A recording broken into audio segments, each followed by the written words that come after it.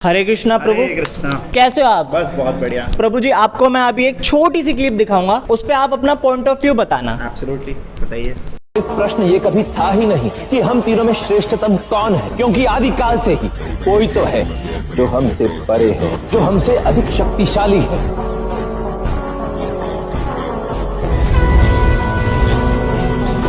ये संसार, ये ब्रह्मांड मेरी ही इच्छा से रचा गया है।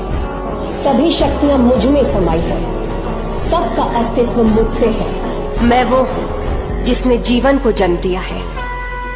आप तीनों का उद्भव मेरे द्वारा रचित सृष्टि के देख रेख के लिए हुआ है। मैंने ही आप तीनों को आपके उत्तरदायित्व सौंपे। ब्रह्मा को रचयिता का, विष्णु को संचालन का और शिव को पुनर्निर्माण के निमित्त नाश का। देवी आदि शक्ति।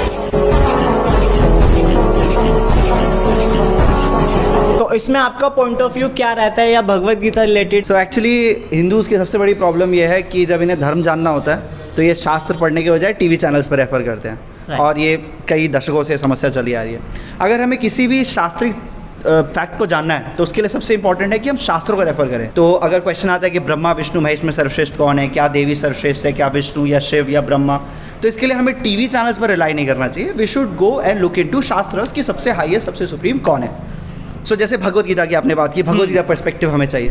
भगवान श्री कृष्ण भगवत गीता में क्लियरली कहते हैं, मत्तः परतरम नान्यत किंचिद अस्ति धनंजय मयि सर्वमिदं प्रोतम सूत्रे मणिगणा इव।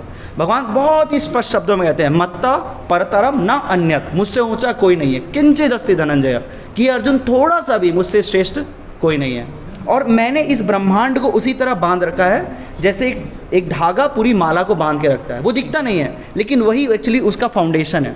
इस तरीके से भगवान गीता में अन्यत्र स्थान पर कहते हैं, पिताहम मत्स्य जगतो माता धाता पितामह वेद्यम पवित्रम ओंकारम ऋक्साम यजरे विच। भगवान कहते हैं कि मैं इस ब्रह्मांड का पिता हूँ, माता हूँ, पालन करता हूँ। तो इस ब्रह्मांड में जो भी अलग अलग तरह की चीज़ें हो रही हैं, उस सब के आधार भगवान श्री कृष्ण कह रहे हैं कि मैं हूँ। श्रीमद् भागवतम के 11वें स्कंद में कहा गया है, बहुत ही सुंदर श्लोक है, यम ब्रह्मा वरुणेन्द्र रुद्र मरुता स्तुन्वन्ति दिव्यैस्तवैर वेदे सांग पद क्रमोपनिषदे गायन्ति यम सामगा ध्यानावस्थित तद्गतेन मनसा पश्यन्ति यम योगिनो यस्यांतम न विदुसुरासुरगणा देवाय तस्मै नमः। तो श्लोक में बड़ी सुंदर बात की जा रही है। कहा जा रहा है यम ब्रह्मा वरुण इंद्र रुद्र मरुत, ये सारे देवी देवता हैं। ये श्लोक जो है ये भगवत गीता से ही ये बोला है श्रीमद् भागवतम के 11वें भागवतम के। ओके। तो इसमें कहा गया जो सारे देवी देवता हैं, ब्रह्मा इंद्र रुद्र मरुत, ये सारे देवी देवता भगवान श्री विष्णु की स्तुति कर रहे हैं। अच्छा। उसके बाद वेदे सांग पद क्रम उपनिषदे, जितने भी ये वेद हैं उपनिषद हैं, ये सारे भगवान श्री कृष्ण की स्तुति कर रहे हैं। जितने भी योगी हैं जो हिमालय की गुफाओं में बैठे हुए हैं, वो किसकी स्तुति कर रहे हैं? वो भगवान श्री कृष्ण की स्तुति कर रहे हैं। तो जितने देवी देवता हैं वो भगवान श्री कृष्ण की स्तुति कर रहे हैं, जितने वेद हैं वो भगवान श्री कृष्ण की स्तुति कर रहे हैं, सारे ऋषि मुनि भगवान श्री कृष्ण की स्तुति कर रहे हैं। भगवान कह रहे हैं कि मैं इस ब्रह्मांड का सार हूँ, मैं इस ब्रह्मांड का पिता हूँ, मुझसे ऊंचा कोई नहीं है। तो यदि ये सारे शास्त्र ये कह रहे हैं कि कृष्ण सर्वोत्तम है, तो ये टीवी वाले कैसे दिखा सकते हैं कि देवी माता सबसे ऊपर है? सो ब्रह्मा जी कहते हैं ईश्वरा परमा कृष्णा, कि जो परम पुरुषोत्तम भगवान है वो कृष्ण है, और उनके साथ श्रीमती राधा रानी। सो कृष्ण जब राम के रूप में विस्तार करते हैं तो राधा रानी सीता के रूप में विस्तार करती है। कृष्ण जब नारायण के रूप में विस्तार करते हैं तो राधा रानी लक्ष्मी के रूप में विस्तार करती हैं। कृष्ण जब शिव जी के रूप में विस्तार करते हैं तो राधा रानी दुर्गा देवी के रूप में विस्तार करती हैं। इस तरीके से दुर्गा देवी भगवान की शक्ति है, इसलिए भगवान गीता में कहते हैं मयाध्यक्षेन प्रकृति, कि जो प्रकृति है, ये जो भौतिक जगत है, जो दुर्गा देवी है, दुर्गा देवी का अर्थ, दुर्गा देवी जो शब्द है वो दुर्ग से आया है। दुर्ग का मतलब ये भौतिक जगत। तो ये भौतिक जगत भगवान की शक्ति है, भगवान की प्रकृति है, और भगवान कह रहे हैं मयाध्यक्षेन, मेरी अध्यक्षता में चलता है। देवी ही ऐसा गुणमयी मम माया दुरत्या, भगवान कह रही है ये मेरी माया है, ये मेरी शक्ति है। तो दुर्गा देवी भगवान की शक्ति है। सो ऐसा नहीं है कि दुर्गा देवी जो है इन सबसे ऊपर है। असल में ये ब्रह्मा जी के द्वारा कहा गया, सारे देवी देवताओं के द्वारा माना गया कि कृष्ण ही सर्वोत्तम और सर्वश्रेष्ठ। तो दुर्गा माता कौन लाया है इस सृष्टि में, कौन लाया है? देखिए, दुर्गा माता जो है वो भगवान की दुर्गा माता जो है ये एटर्नल बीइंग है, ये भगवान की शक्ति है, बहिरंगा शक्ति, जो इस पूरे भौतिक जगत को मैनेज करती है। तो भगवान की एक अंतरंगा शक्ति है जो आध्यात्मिक जगत जैसे वैकुंठ, साकेत या गोलोक, इन सबको मैनेज करती है, इसे अंतरंगा शक्ति कहा जाता है। और एक बहिरंगा शक्ति है जो इस पूरे भौतिक जगत को मैनेज करती है, जो दुर्गा देवी है। और ये भगवान की शाश्वत शक्ति है। ऐसा कोई समय नहीं था जब दुर्गा देवी एग्जिस्टेंस में आई, वो हमेशा से ही है। और वो भौतिक जगत बार बार बनता है, मेंटेन होता है, एनिहाइलेट होता है। ये सारी चीज़ें दुर्गा देवी के संरक्षण में, उनके निर्देशन में होता है।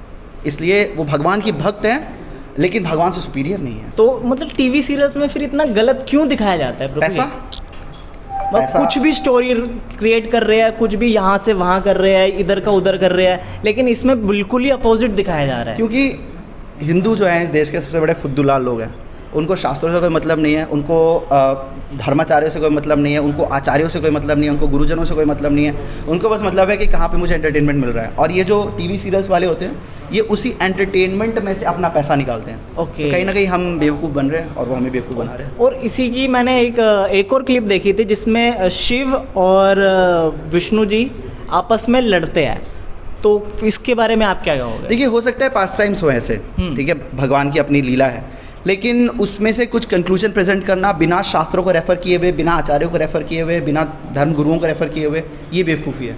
तो इसलिए एक्चुअली हमें समझना चाहिए कि जो टीवी सीरियल्स बनते हैं इनका गोल लोगों में धर्म को लेकर अवेयरनेस फैलाना नहीं है, इनका लक्ष्य है मनी मेकिंग।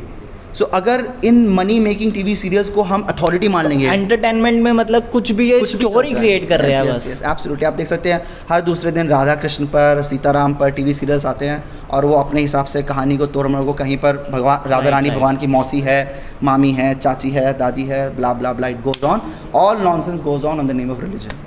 और क्योंकि लोग देख रहे हैं इसलिए वो लोग बना रहे हैं। और आप एक क्वेश्चन और उठता है, इसमें सर्वश्रेष्ठ की बात करी गई है, जिसमें ब्रह्मा, विष्णु और महेश की बात है, सर्वश्रेष्ठ सुप्रीम की बात करी गई है, लेकिन फिर वो तीनों आपस में लड़ते हैं और फिर दुर्गा जी प्रकट होती है, फिर वो अपने आप को सुप्रीम बोलती है, लेकिन सुप्रीम तो कृष्ण जी है ना।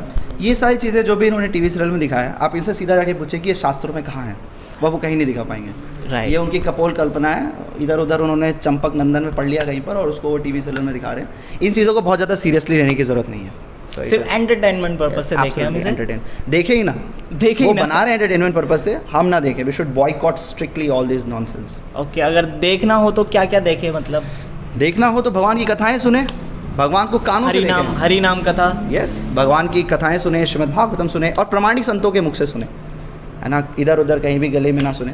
प्रमाणिक संतों के मुखारबिंद से हमें भगवान की कथाएं सुननी चाहिए। शास्त्र कहते हैं कि जैसे दूध बहुत ज़्यादा पोषण देने वाला है, लेकिन उसी दूध को जब सांप पी लेता है तो वही दूध जहरीला बन जाता है। इसी प्रकार से भगवान की कथाएं बहुत ज़्यादा पोषण करने वाली है, लेकिन ये जो टीवी सीरियल बनाने वाले डायरेक्टर्स, एक्टर्स या फिर अनऑथोराइज गुरुज, जब वो उसको चख लेते हैं ना, तो बिल्कुल ऐसा है जैसे सांप उस कथा को चख लेता है। वो अमृत है, लेकिन क्योंकि सांप ने चख लिया वो जहरीला बन गया है। तो भगवान श्री कृष्ण की कथा, राम की कथा, शिव जी की कथाएं, ये अमृत है, लेकिन क्योंकि इस तरह के लोग उसे प्रेजेंट करते हैं इसलिए it is like poison. So we should stay away from it. तो प्रभु जी ने अच्छा एक्सप्लेन किया इस क्लिप को, तो आप इस चीज़ को बिल्कुल भी नेगेटिव ना लेकर जाए। अगर आपको देखना है तो हरिनाम कथाएं सुने, इस्कॉन से स्पिरिचुअल लेक्चर सुने, इधर उधर ना भटके आप।